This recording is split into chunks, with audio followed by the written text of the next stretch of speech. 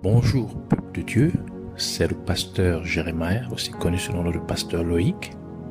Nous voulons écouter la parole de Dieu pour la semaine, mais avant tout, nous allons commencer par une parole de prière. Alors, en signe de révérence à notre Père Céleste, à notre Dieu, baissons nos têtes et prions ensemble. Père éternel, Dieu Tout-Puissant, seul et véritable Dieu, toi le Créateur de toutes choses, Père de l'univers, Dieu amour, Dieu lumière, Dieu de bonté, de compassion, de miséricorde, sois élevé, sois glorifié, sois honoré, sois béni, sois exalté, au-dessus de toutes choses. Nous venons te dire merci pour cette énième opportunité que tu nous donnes de pouvoir nous recueillir dans ta présence. Nous venons nous recommander entièrement en tes mains, corps, âme et esprit, l'air, l'atmosphère, en nous et tout autour de nous. Que tu puisses prendre le contrôle de toutes choses, car tu as dit que celui qui bâtit sans toi bâtit en vain. Nous ne voulons pas bâtir ces moments sans toi, que tu sois le bâtisseur, le fondateur de ces moments. Au nom de Jésus-Christ, que tous ceux qui ne glorifient point le nom de Jésus-Christ, tous ceux qui s'élèvent contre la connaissance de ta parole, ta vérité, qu'ils soient liés et chassés dans les groupes de l'enfer, une fois pour toutes, au nom de Jésus-Christ. Et nous venons proclamer que Jésus-Christ est Seigneur, la gloire de Dieu le Père, que tu puisses nous instruire, que tu puisses te révéler à nous, que tu puisses aller dans les profondeurs, Seigneur, de tes secrets. Au nom de Jésus-Christ. Merci encore, Seigneur, parce que tu as dit que nous avons la pensée du Christ. Merci, Seigneur, de nous communiquer, Seigneur, ta pensée pour ces derniers temps. Au nom de Jésus-Christ, nous avons ainsi prié. Amen. Alors nous voulons prendre notre lecture de la parole de Dieu dans le livre de Exode, chapitre 10, versets 21 à 29. Alors, nous lisons la parole de Dieu dans Exode, chapitre 10, versets 21 à 29, au nom de Jésus-Christ. Alors le Seigneur dit à Moïse, « Étends ta main vers le ciel, afin qu'il y ait des ténèbres sur le pays d'Égypte, des ténèbres qui peuvent même être ressenties. » Alors Moïse étendit la main vers le ciel, et il y eut 3 jours d'épaisses ténèbres dans tout le pays d'Égypte. Il ne se voyait pas, et personne ne se leva de sa place pendant 3 jours. Mais il y avait de la lumière dans les lieux où habitaient les enfants d'Israël. Pharaon appela Moïse et dit, « Allez, servez l'Éternel. Il n'y aura que vos brebis et vos bœufs qui resteront, et vos enfants pourront aller avec vous. » Moïse répondit, « Tu mettras toi-même entre nos mains de quoi faire les sacrifices et les holocaustes que nous offrirons à l'Éternel notre Dieu. Nos troupeaux iront avec nous, et il ne restera pas un ongle, car c'est là que nous prendrons pour servir l'Éternel notre Dieu.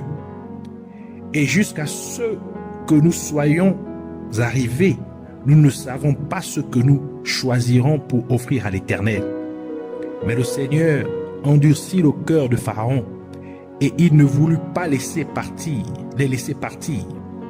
Pharaon dit à Moïse, « Sors de chez moi, garde-toi de paraître encore en ma présence, car le jour où tu paraîtras en ma présence, tu mourras. » Alors Moïse dit, « Tu as bien parlé, je ne reverrai plus jamais ta face. » Que le Seigneur bénisse sa parole, qu'elle vienne pleine de grâce, de vie, de bénédiction, de révélation et de profondeur.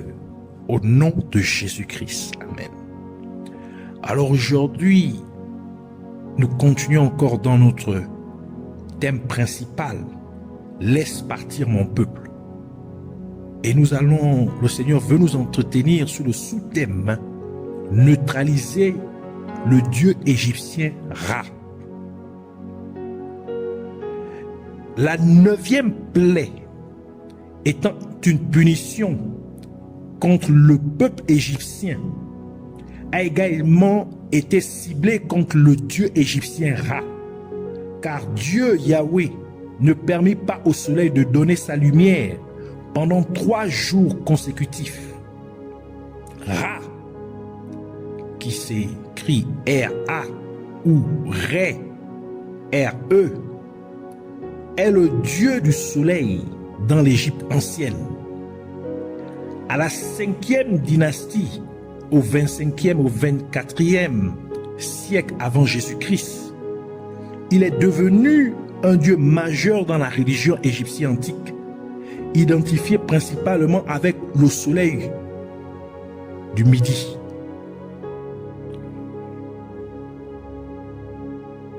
Dieu Yahweh n'empêcha pas seulement le soleil de donner sa lumière sur la terre où se trouvaient les Égyptiens, mais il empêcha également tout autre corps céleste, c'est-à-dire la lune et les étoiles, de donner de la lumière sur la terre où vivaient les Égyptiens. Ainsi, aucun des luminaires n'éclaira les Égyptiens. Cela implique que les Égyptiens ne pouvaient plus faire la différence entre le jour et la nuit. Ce qui signifie qu'ils ne pouvaient plus compter le temps, car Dieu Yahweh créa le soleil, la lune et les étoiles pour permettre aux êtres humains de compter le temps, les jours, les mois, les années et les saisons. Comme il est dit dans le livre de Genèse, Genèse chapitre 1, verset 14 à 18, qui dit « Et Dieu dit qu'il y ait des lumières dans le firmament du ciel pour séparer le jour de la nuit, et qu'ils soient pour des signes, et pour des saisons, et pour des jours et des années, et qu'ils soient pour des lumières dans le firmament du ciel pour éclairer la terre. Et il en fut ainsi. Et Dieu fit 2 grands luminaires, la plus grande lumière pour dominer le jour, et la plus petite lumière pour dominer la nuit. Il fit aussi les étoiles, et Dieu les plaça au firmament des cieux pour éclairer la terre, et pour dominer sur le jour et sur la nuit, et pour séparer la lumière des ténèbres. Et Dieu vit qu'il était bon. Cette obscurité était si lourde qu'un Égyptien pouvait la ressentir physiquement. Il ne pouvait pas travailler ou faire des activités. Il était incapable de suivre le temps par manque de lumière, et ils avaient même du mal à interagir les uns avec les autres. Les Égyptiens devaient se fier au sens du toucher et de l'ouïe. Cela a duré 3 jours, pendant lesquels il y avait de la lumière dans les maisons des Israélites ou sur le territoire où les Israélites vivaient dans le pays de Goshen, en Égypte. Ce fut à nouveau une démonstration de la magnifique puissance de Dieu Yahweh, à la fois pour les Égyptiens et pour les Israélites. Ainsi, en amenant de profondes ténèbres sur le pays égyptien, sur le peuple égyptien, de telle manière qu'aucun des dieux égyptiens, y compris le dieu solaire Ra, ne pouvait rien faire pour l'empêcher ou y remédier. C'était donc une déclaration claire aux Égyptiens que le Dieu Yahweh est le seul vrai Dieu et que lui seul doit être adoré sur toute la terre, car il est le créateur de toutes choses, y compris des luminaires ou corps célestes, et il a le pouvoir et le contrôle ultime sur toutes choses. Dieu utilisa les ténèbres absolues pour neutraliser les puissances des ténèbres que les Égyptiens invoquaient, c'est-à-dire que même sur les ténèbres, Yahweh, le Dieu des Hébreux, est le seul et véritable Dieu, et il a le total pouvoir, même sur le territoire de l'ennemi. C'est pourquoi le roi David pouvait dire dans Psaume 139, versets 11 à 13, « Si je dis sûrement, les ténèbres tomberont sur moi, même la nuit devient lumière autour de moi. En effet, les ténèbres ne sont point obscures pour toi, et la nuit brille comme le jour. Les ténèbres et la lumière sont semblables pour toi. » L'obscurité est l'absence totale de lumière. Et quand il n'y a pas de lumière, les gens ne peuvent pas voir où ils vont. Ainsi, les gens sont dans une confusion totale, ne sachant pas ce qu'ils devraient faire dans la vie.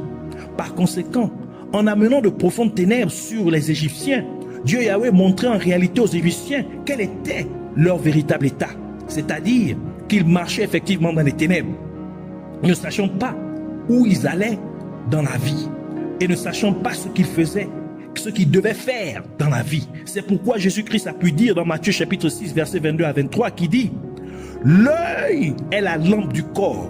Si vos yeux sont en bonne santé, tout votre corps sera plein de lumière. Mais si vos yeux sont malades, tout votre corps sera rempli de ténèbres. Si donc la lumière en vous est ténèbres, combien grandes sont ces ténèbres? »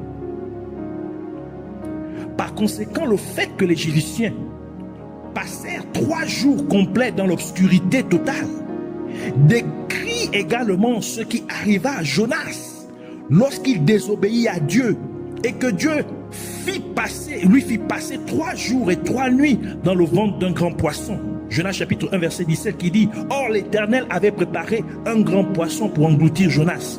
Et Jonas demeura dans le ventre du poisson 3 jours et 3 nuits. » Dans le ventre du poisson, Jonas était dans l'obscurité totale, car il ne pouvait rien voir. Et Jonas ne pouvait aller que là où le poisson le mènerait. Ainsi, il était contrôlé par le poisson, car par conséquent, en faisant passer les Égyptiens 3 jours complets dans les ténèbres totales, Dieu Yahweh disait aux Égyptiens, et il nous dit aussi que lorsque les gens vivent de manière contraire à Dieu, ils vivent dans le ventre du royaume des ténèbres. Étant entièrement manipulés par le royaume des ténèbres, ils feraient ainsi les désirs du royaume des ténèbres. La nature de la lumière est de briller là où il y a des ténèbres. Et quand la lumière brille, elle abroge les ténèbres. Ainsi, les ténèbres doivent disparaître. Et cette vraie lumière est la connaissance de Dieu. Par conséquent, lorsque les êtres humains reçoivent la parole de Dieu, c'est la lumière de Dieu qui brille réellement sur eux, comme le dit le livre de Jean, Jean chapitre 1 verset 1 à 9, qui dit « Au commencement était la parole, et la parole était avec Dieu, et la parole était Dieu. Il en était de même au commencement avec Dieu. Toutes choses ont été faites par elle, et sans elle, rien n'a été fait de ce qui a été fait. En elle était la vie, et la vie était la lumière des hommes. Et la lumière brille dans les ténèbres, et les ténèbres ne l'ont point reçue. Il y avait un homme envoyé de Dieu qui s'appelait Jean, ici référant à Jean le Baptiste. Il vint pour servir de témoin, pour rendre témoignage à la lumière, afin que tous crurent par lui. Tous crussent par lui. Il n'était pas cette lumière, mais il était envoyé pour témoigner de cette lumière. C'était la vraie lumière qui éclaire tout homme qui vient au monde. Et cette vraie lumière, c'est Jésus-Christ, qui est la parole de Dieu.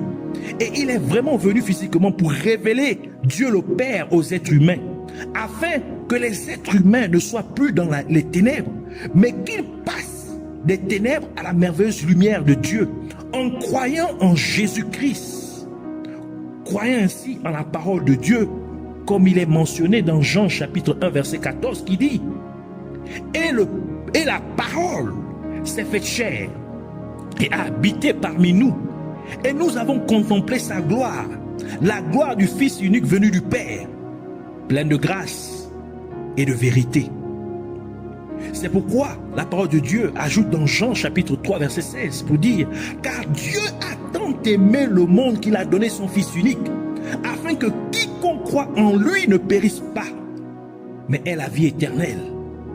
Par conséquent, l'apôtre Pierre dit dans 1 Pierre chapitre 2 verset 9: mais vous êtes une génération choisie, un sacerdoce royal, une nation sainte, un peuple particulier, afin que vous exprimiez les louanges de celui qui vous a appelé des ténèbres à sa merveilleuse lumière. Ainsi, en envoyant ce fléau contre les Égyptiens, Dieu Yahweh faisait briller sa lumière, la lumière de sa connaissance sur les Égyptiens, afin qu'ils voient la vraie lumière en venant à connaître le seul et véritable Dieu, créateur de l'univers et de toute existence.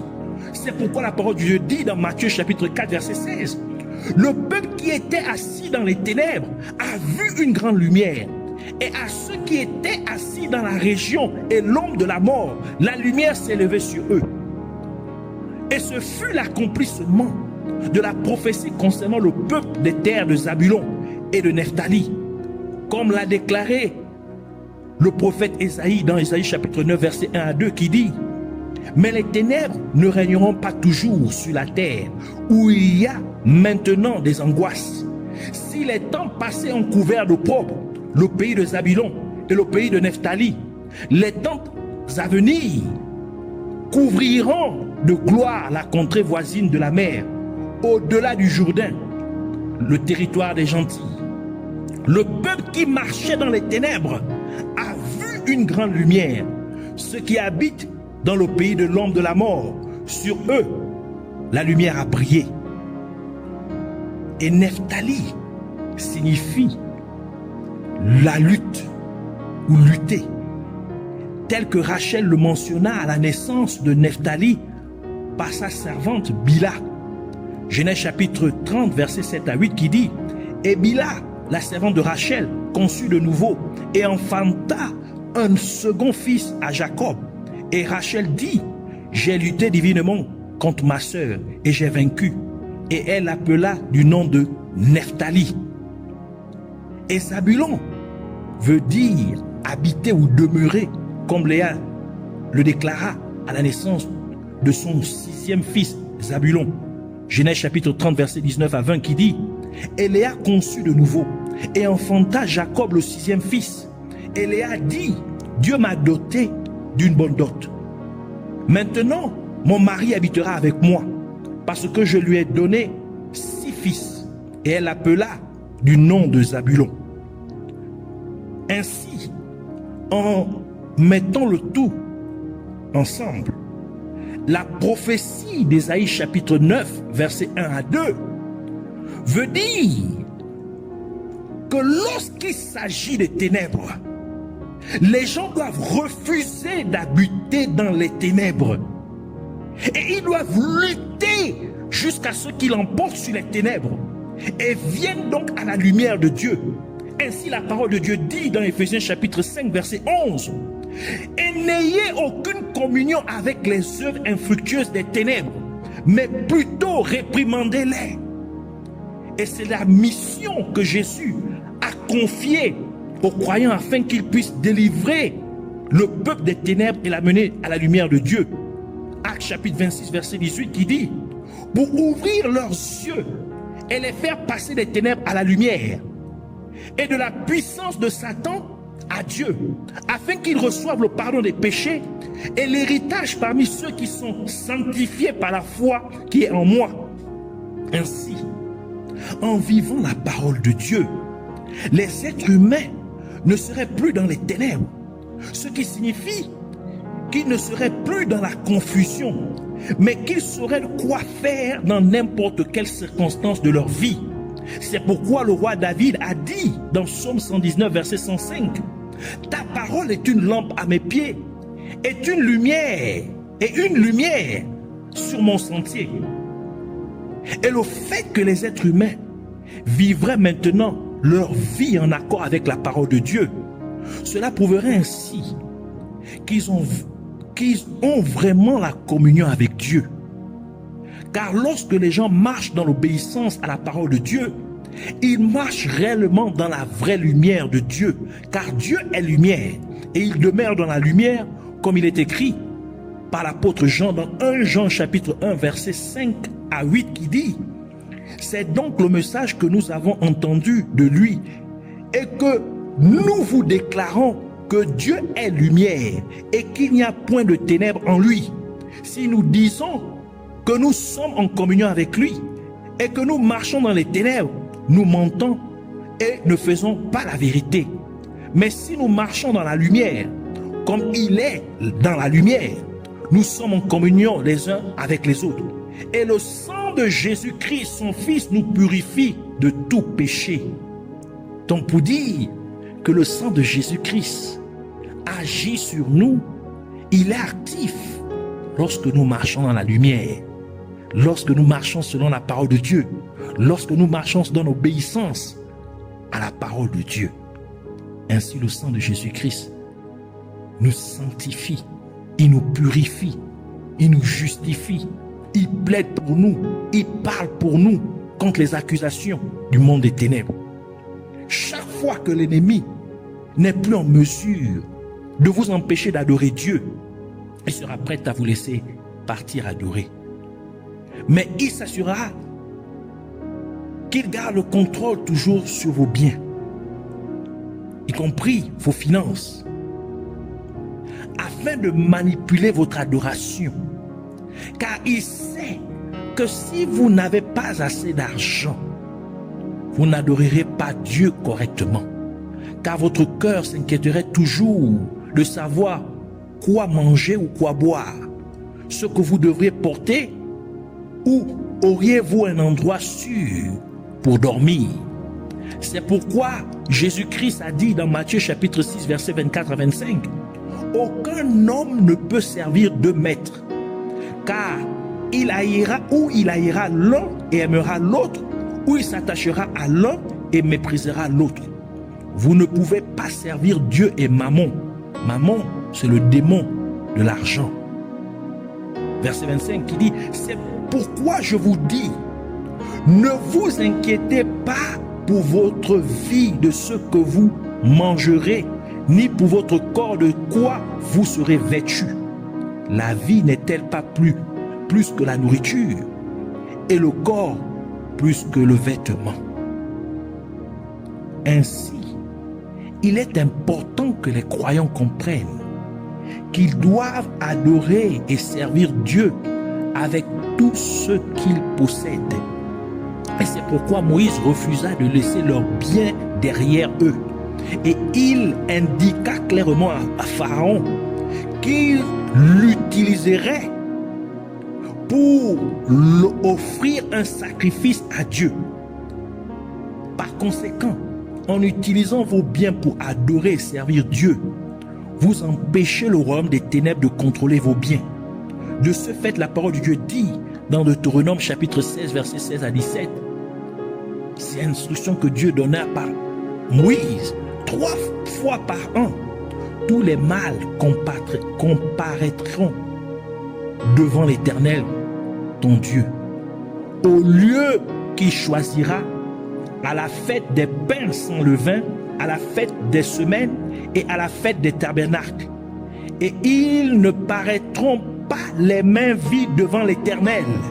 Chacun donnera ce qu'il pourra, selon les bénédictions que l'Éternel, ton Dieu, lui accordera. Proverbe chapitre 3, versets 9 à 10 ajoute pour dire: honore l'Éternel de tes biens et des prémices de toutes tes récoltes. Ainsi tes greniers seront remplis d'abondance et tes pressoirs regorgeront de vin nouveau. Malachie chapitre 3 verset 10 à 11 ajoute pour dire: apportez toutes les dîmes au lieu ordonné pour les garder, et qu'il y ait provision dans ma maison.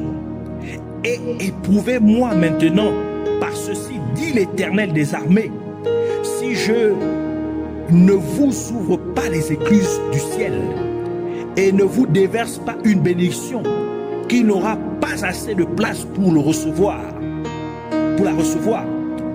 Pour vous, je menacerai celui qui dévore, et il ne vous détruira pas, et il ne vous détruira pas les fruits de la terre, et la ville ne sera pas stérile dans vos campagnes, dit l'Éternel des armées. Dieu, Yahweh, utilisa les ténèbres complètes ou totales pour neutraliser le faux dieu égyptien Ra. Et il existe une corrélation entre le faux dieu égyptien Ra et l'entité démoniaque Ahriman. Ahriman, qui s'écrit A-H-R-I-M-A-N, est le maître démon des sorciers. Il est celui qui communique la kleptomanie, c'est-à-dire une envie récurrente de voler, généralement sans égard ou besoin ou profit.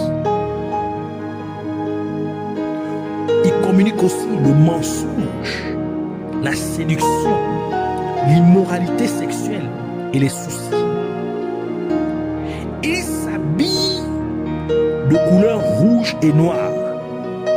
Ainsi, lorsque les gens portent les couleurs rouges et noires, surtout le jour de la Saint-Valentin, ils sont en connexion avec ce démon sans le savoir. Et ce démon leur communique des vibrations démoniaques, les faisant agir ou se comporter d'une mauvaise manière. C'est-à-dire qu'ils ont des désirs sexuels immoraux, le mensonge, le vol, et ainsi de suite. Ce démon